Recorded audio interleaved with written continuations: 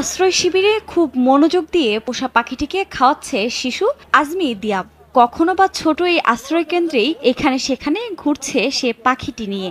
ইসরায়েলের বোমার আঘাতে সে হারিয়েছে ঘরবাড়ি।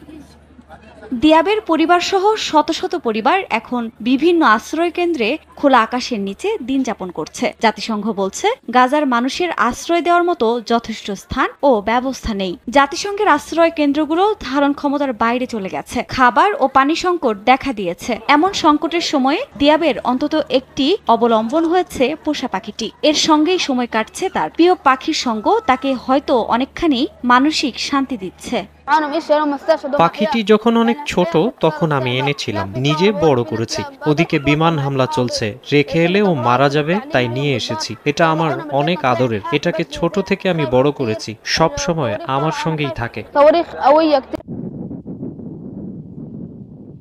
দিয়াবের পাখির মতোই গাজার লাখ লাখ মানুষ এখন জীবন সংশয়ে রয়েছে। হামাসকে শায়েস্তা করার নামে নির্বিচারে বোমা হামলা চালিয়ে যাচ্ছে ইসরায়েল। যে যা পারছে তাই নিয়ে আশ্রয় খুঁজছে গাজার মানুষ।